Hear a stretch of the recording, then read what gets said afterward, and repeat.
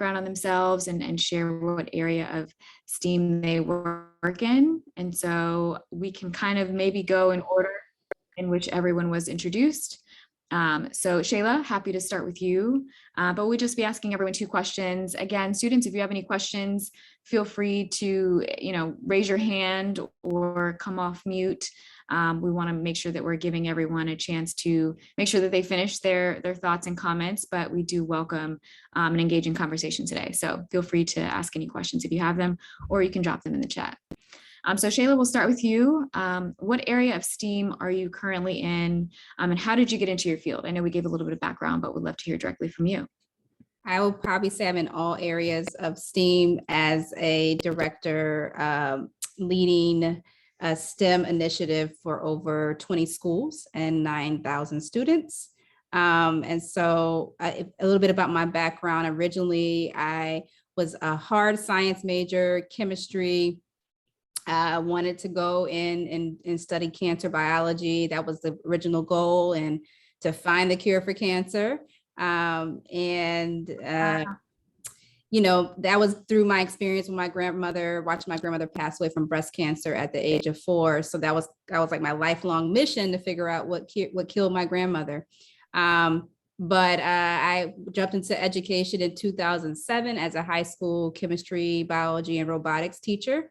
And from then on, my mission has been to empower the next generation of STEM leaders. So my work since then has particularly been a focus on Black and Brown students and how to be an example of someone that went through a chemistry major and can kind of lead the way of if they want to go through that pathway through innovative programs outside of the classroom, such as computational thinking and data science.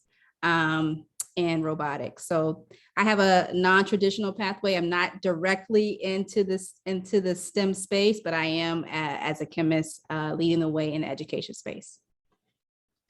And in one sentence, what would be the number one piece of advice you would give students in order to break in? I would say for me growing up, it was looking at programs outside of school, like in the area universities. So Hampton University was a very pivotal part of my STEM education experience. It had programs every summer. So students that are looking to break into the STEM space, look at your area colleges, universities for summer programs to get involved in. That's great. I think it's an important note. Hampton is an HBCU. Yes. And the value of being able to get, a quality education and advance your career through an HBCU. So that's great. Thank you for sharing. Shanavia, want to give you an opportunity to answer the same 2 questions, kind of how you work into your field and advice that you would give. Similar to Shayla, I went to Georgia Tech and I graduated as a chemical engineer with a physics minor. And I've always, I can't say I always loved science. I'm going to be honest and transparent.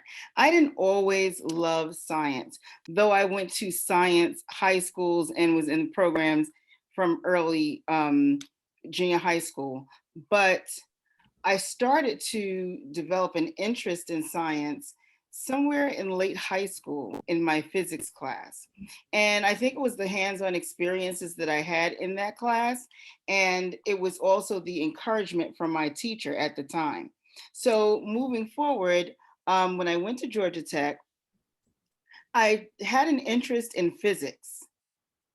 But by taking different courses and learning what I can actually do in different areas of science, because everyone says they want to be a doctor, everyone says they want to be an engineer, but there are so many different avenues that you can travel in with the science background. So I just took the risk with the encouragement of my aunt, who actually helped me change my major from physics to chemistry. And because it's an engineering school, I ended up coming into chemical engineering. And I found that there were so many doors that can be opened. So I worked at Pfizer in drug development, which was fun, involved math, which I enjoy.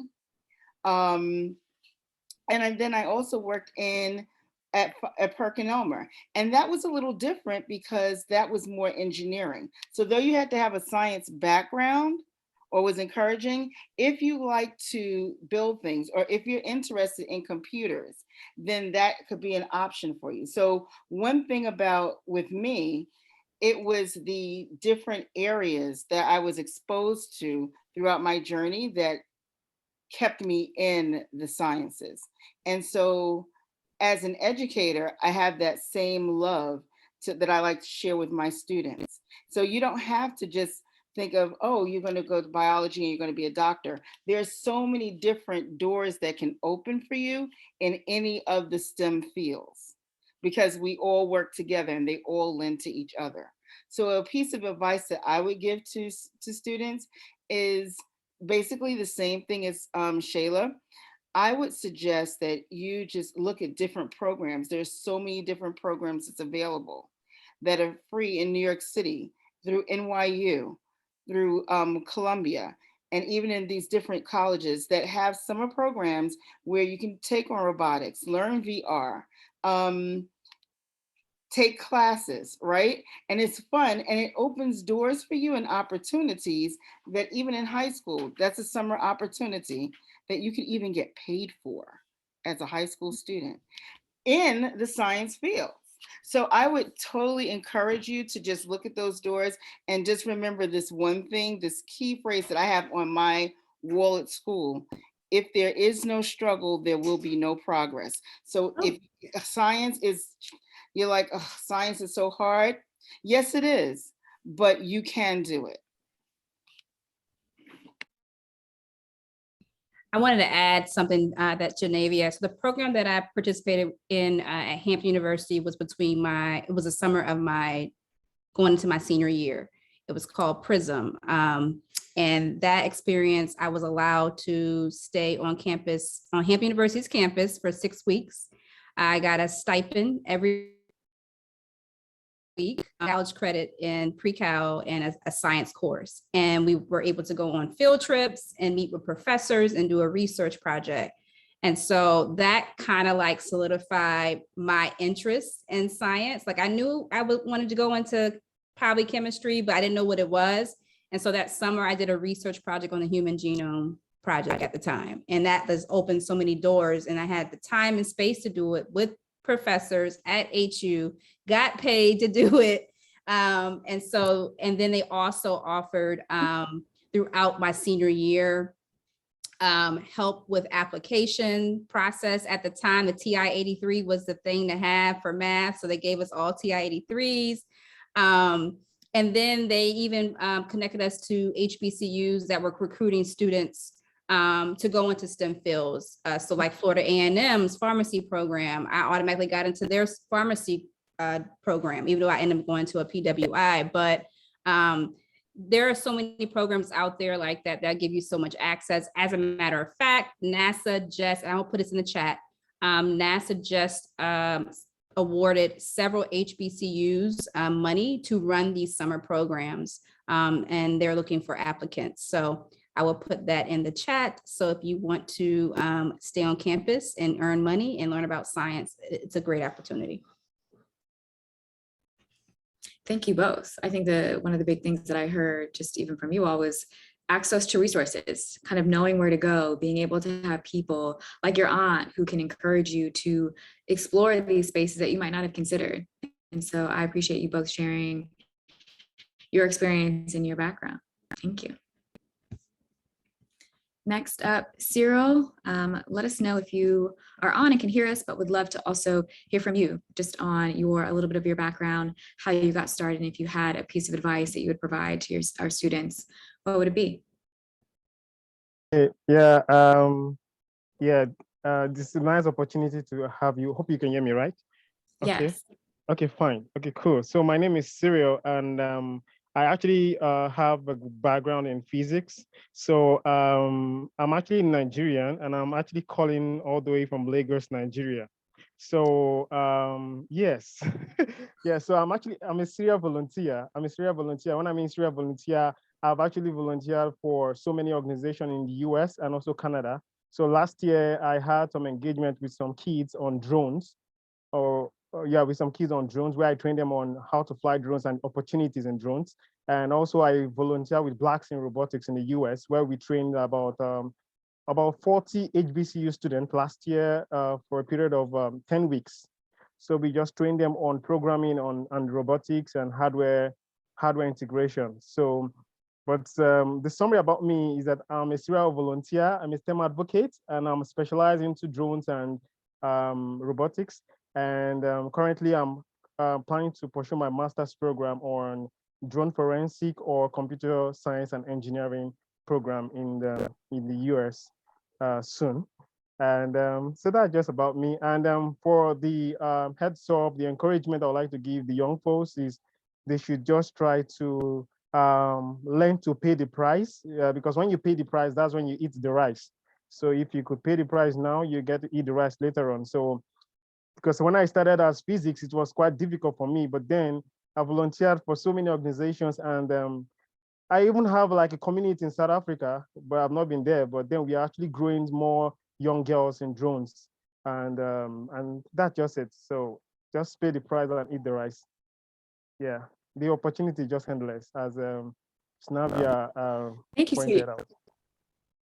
Thank you so much. You all are dropping gems. We just got started. Okay, I'm over here taking notes, trying to figure out which breakout I need to be in. Thank you so much, Serial. Thank you for joining us from Nigeria and even sharing your background. Drones, incredible. I remember when those were hot, but I imagine that there's so much more that goes into that field and that space. So I love that you were able to find a niche that you've capitalized on, and now you're giving back to the community and helping students. Yes, pay the price so you can eat the rice. Okay. Let me go update my bio. But I love that. Thank you so much, Serial, for sharing. And we look forward to your breakout session today. All right. Next up, Livingstone, would love to hear from you. Same feedback, how you got started, your background, and a piece of advice that you would give to our students today. Okay, so hello everyone. My name is Livingstone and I am also from Nigeria. Well, I currently work here in the United States. I'm not like other people who had individuals in their life to encourage them into sciences. No one encouraged me. While growing up, I was always indoor by myself, and I saw problems outside and I wanted to be part of the solution. So what inspired me into STEM was problems. I see challenges everywhere. Growing up in Nigeria, you see so many challenges, transportation, housing, and I was like, I want to be part of the solution. I want to provide solution to the transportation sector in Nigeria. And that was what made me to do my undergrad in civil engineering. And while I was in high school, I loved math and science. So that's like, yeah, you should, and in Nigeria, if you're really good in sciences, your parents will be like, it's either you study medicine or you study engineering.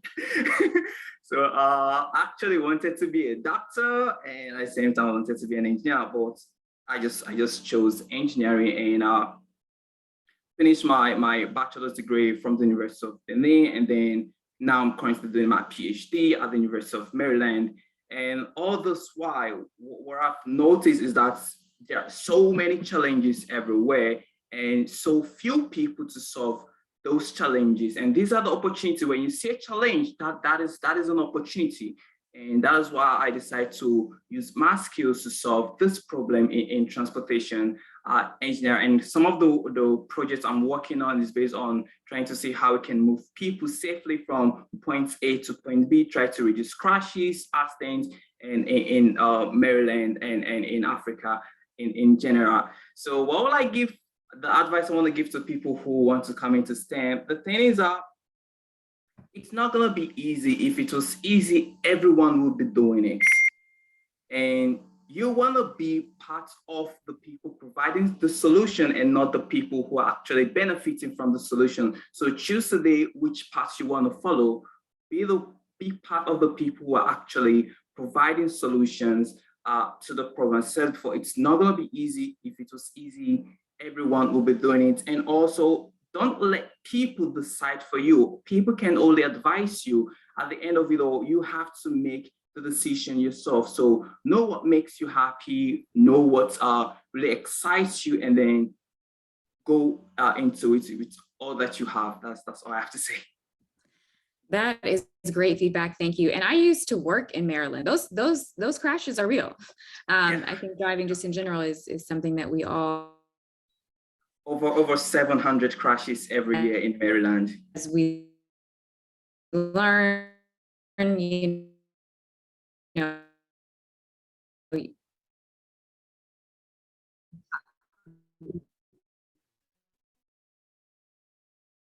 it's so unfortunate, but to your point, you know, there's a sign. Thank you so much for sharing your feedback. I'm excited for your breakout session today as well. Next up, we have Roman. Roman, same 2 questions for you. Would love to hear about your background, how you got started, and some advice that you provide to our students today. Hey, good morning. Thank you, Alyssa. You're really handling it. So thank you to the rest of the team. And good morning to everyone else. Yeah, this has been an exciting day already, hearing all these wonderful intros and story. So I'm originally from Chicago, the land of Kanye, the Chicago Bulls, and the rest of the wonderful things that we're known for, deep distribution, all that good old stuff. But I live in Maryland now, and my story goes like this. I've always been an artistic guy. I was born with the gift of drawing and playing music at the age of 5. I discovered it myself. I just could hear music and I can draw and sketch and paint. And when I was 11 years old, though, I suffered from an appendix rupture, appendicitis. And, you know, my mom didn't rush me to the hospital. No one thought I was going to live. And it happened on Halloween because everybody was like, man, Roman must have got some bad candy or something, you know, in the 80s. There was an epidemic of people, you know, crazy folks sliding in pins and stuff into candy. So they thought it was that, but it was actually my appendix that just ruptured. And I'm not a doctor, I'm not a scientist on that level, so I can't tell you exactly why appendix ruptured, but it was definitely life threatening. But during that time is when I was asking God, like, hey, what's my purpose? What's my calling? You know, at an early age, 11 years old. And then, as you know, we just don't understand what we were born to do a lot of times. So I graduated college and I went into accounting and I did technology. I started off as a help desk guy, believe it or not, and just and advanced so fast through the field because of my customer service and experience background. I end up into a role as a junior product manager at a research and development firm. So it would probably explain why you even heard about this wonderful last name that you were having trouble with spelling this. Because a lot of R&D work is meant to be shh. And I'm honored to be one of the few Black people that have been doing that. But I can always look around the boardroom and always walk into a science lab or anything. I'd be like, man, where are all the Black folks at? So I have this initiative and purpose of calling to help kids be inspired, to be empowered, to think about careers in STEM. And so I'm all about that life now, STEAM and Dreams. I co-founded a nonprofit called STEAM and Dreams. Now I help to facilitate and run a STEM with the arts integrated with e-gaming and esports. We have an esports league that we've been implementing down in the DMV, Baltimore area, Tampa, Florida, where I part-time live. So we're just starting to scale up, and the kids love it because we have integrated learning within the games that we develop. Well, I've designed and my team and I have developed. So that's my purpose in calling now, and I'm excited to share that. If I have something to give, one, I'm gonna echo what the gentleman said from Nigeria. He was so funny with the rice, and that's dope. Grind while you're young. That was Cyril, right? Cyril. Grind while you're young, because when you start getting older, you start getting slower and whatever. You know what I'm saying? Grind while you're young. There's a lot of really wealthy, successful folks on the money side, but just successful period in the heart, the spirit, and mindfulness. They become successful at a young age because you start young, you come up with these brilliant creative ideas, and you just go hard in the paint. And then next thing you know, in your 30s and your 40s and your 50s, you live in a good life. You know what I'm saying? So I know a lot of folks my age are living a good life because they started really young. But my favorite one is smart failure. There's a TED Talk out there. I can't remember the gentleman. I learned from him personally. I talked to him a few times. I just can't remember his name because it's Saturday morning, y'all. But he's out of England. He does a wonderful TED Talk out there that talks about smart failure. And all my scientists out there, Shayla and the rest of y'all know what I'm talking about. Smart failure, which is fail often and fast, so you can learn from it, because that's how we all learn. Even when we come out the womb, don't touch that fire, don't eat them cookies, don't eat too much of this. It's about smart failure. So it's about testing out and trying as many programs as you like to find that love and that thing that you really feel like you don't have to really get paid a whole bunch of money, because it's still the same trajectory and plan. You still got to have that same escape fallacy where you got to put in your time, you got to put in your work, and don't be too pretentious and be like, well, I deserve to be rich, or I deserve to be famous right off the bat. You want to do your work, do the work, please do. Thanks. No, that's great. That's real. Smart failure. I like that reference. I think, that's not something that people encourage, when you're young. I think you're going to make mistakes. We've all been there. I'm in my 30s now, and I look back, and I probably I could have been grinding a little bit harder. I'll admit. So that's very real advice. And I hope that you all are able to take something away from that too. Thank you. And last but not least, Mr. Xavier Jackson, would love to ask you the same 2 questions. How did you get your start, your background, and then a piece of advice that you would share with our guests today? All right. Morning, everybody. Really excited to be a part of this crew. It's really nice, like seeing all these different approaches and either getting into education or getting into tech or whatever brought you here. It's interesting because I always had a love and a joy for math, but I never sort of imagined myself getting into math education or finding ways to share that love and joy of math with other people.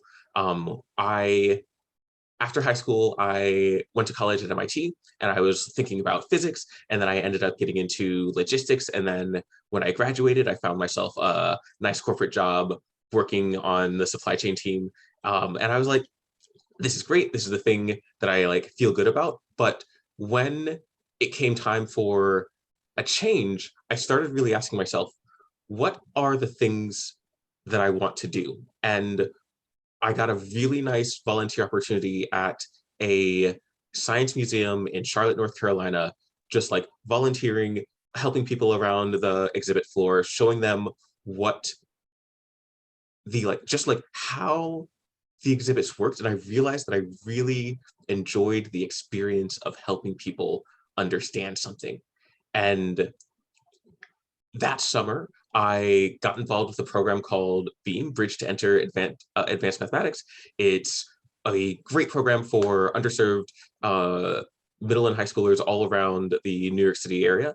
Absolutely recommend checking it out, especially I know Shayla was talking about finding yourself some kind of program over the summer as a way to really move yourself into that next level. Because I definitely want to note that a lot of the people who find themselves in these nice successful spaces that Roman's talking about, they didn't do it by themselves. They didn't do it just chilling over the summer. They were finding some way to enrich themselves, to advance themselves to something that they enjoyed, but also pushed them.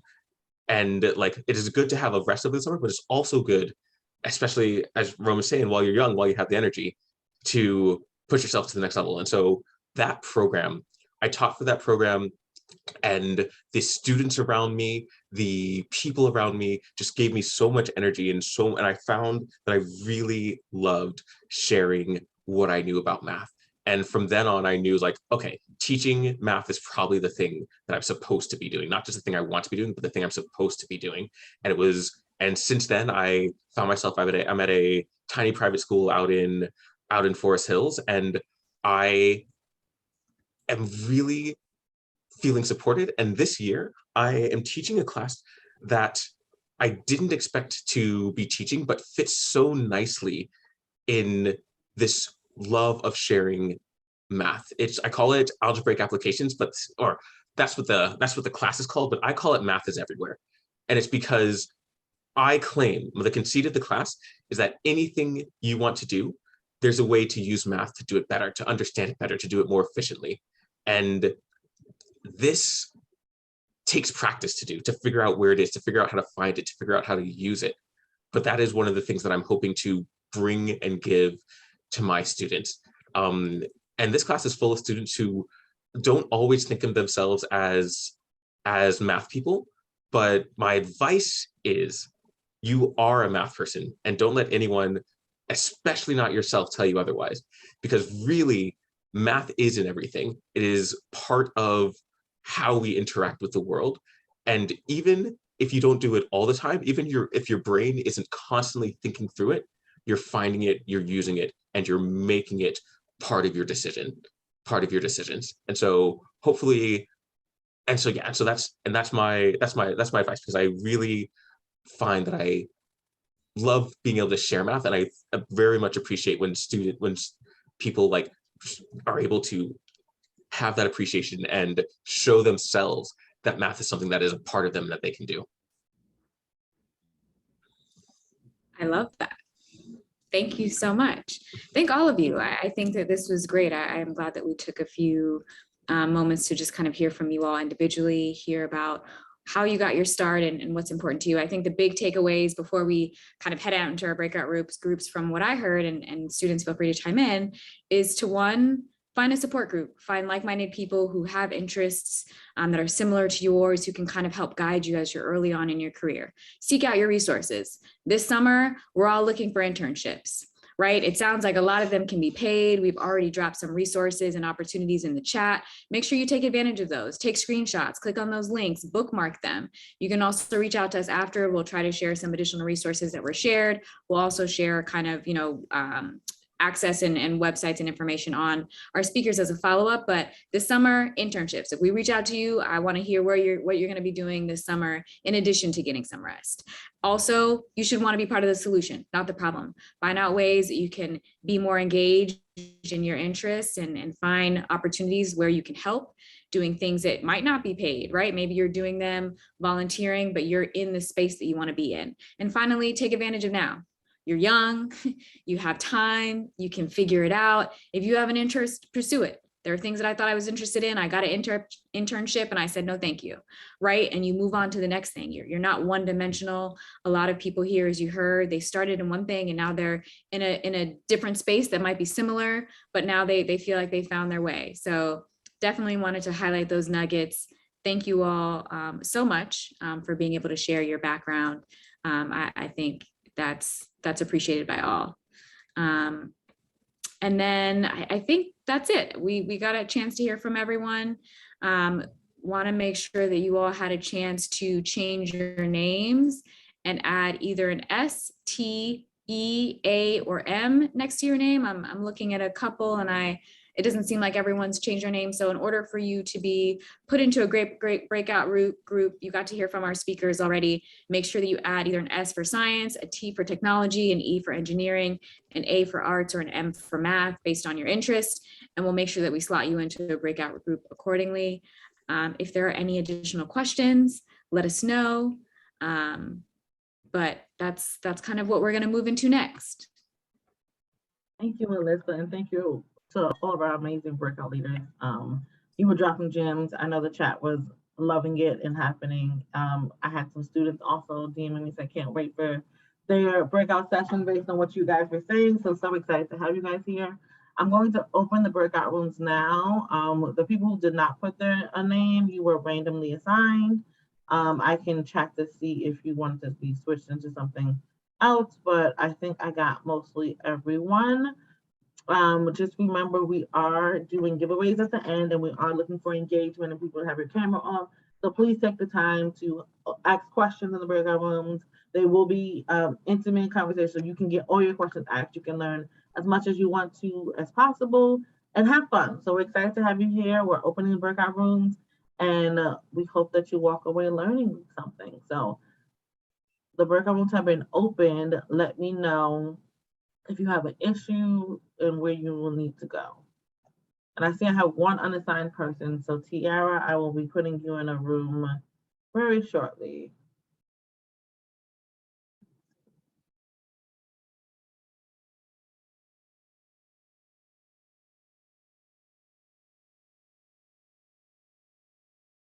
I'm gonna remind them to everyone didn't get to go to all the breakout rooms, so we wanted to have you guys do a little talk back. Who wants to share what they learned in their breakout room?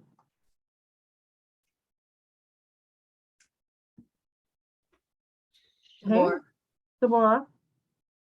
Okay, so we learned about pitch and sound.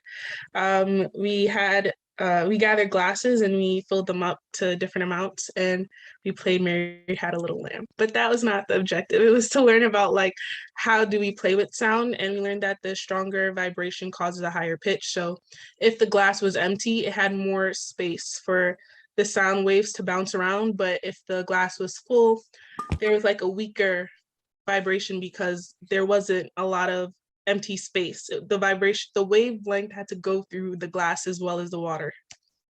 So yes, that's what we didn't get to finish, but we were making the connections to Black culture. We were just breaking down pitch and tone and talking about major and minor scale and how being enslaved people, our ancestors being enslaved people, changed the tone from major, our music being written in major to minor scale because of oppression, and how that has started musical movements through jazz and blues and hip hop and R&B. And then our goal was to conclude with them creating their own songs that told a story with the water, but we didn't get a chance to do that. Okay, so it looks like you guys have some things you can do at home now. You can practice and make your own song and learn how to do that. I'm actually taking this call from New Orleans, where it is the New Orleans Jazz Fest. So that culture is important and amazing. So thank you. I think I saw, was it Yashfred raise her hand? I thought I saw a hand raised. Yes, I was gonna say that we learned about like the magic tricks. I mean, he mentioned it when he came back here, and basically he explained how like the fact of like, because we had 4 cards and like 4 cards around and like in different turns, and like there was like this pattern that we saw like with the numbers like coming back out even or odd, and he said that was like parity, some kind of like math or something. Yeah. Okay, he's nodding his head saying that you are speaking correctly, that you got what he was putting down. So I love to see it. Anyone else? Okay, Carter. I learned about design thinking. It was really awesome because we got to think about a real world problem where like how do people in low income families or low income spaces gain access to interactive learning opportunities. And we were able to really have this fishbowl or this think tank of just different ideas and how we can utilize resources to really put that together. So that was awesome. Thanks, Carter. Anyone else want to share about their breakout room? I think we had 3 speak so far. That means there's 2 outliers. I learned about transportation and engineering and how it has been changed and affected throughout the years, like going from like a Nokia to new iPhones to how different biking metrics, like what the everyday user actually uses engineering and how you can track their metrics to make it better. I think it was just a lot of good insight. He seemed to be very knowledgeable. I'm trying to skim through the people to give him a shout out. You know who you are. So I really enjoyed the event. Yeah, and do we have one more?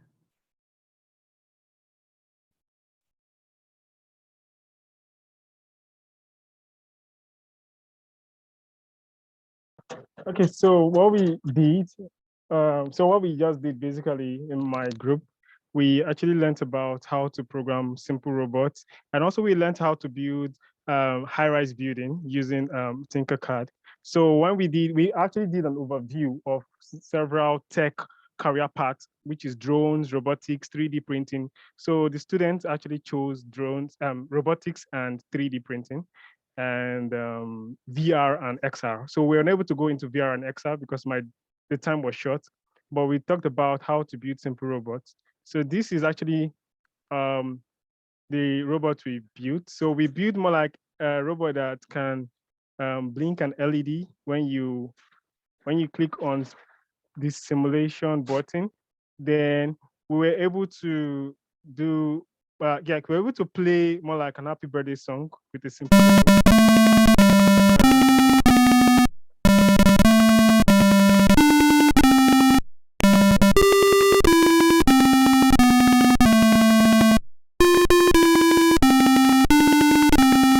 Okay, then finally, I noticed that my team actually wanted to build high-rise building because they actually wanted 3D, they want to go into 3D printing. So we then decided to build our first high-rise building. So I'm going to show you. So we built this. Let me see, trying to access my tab. Okay, sorry,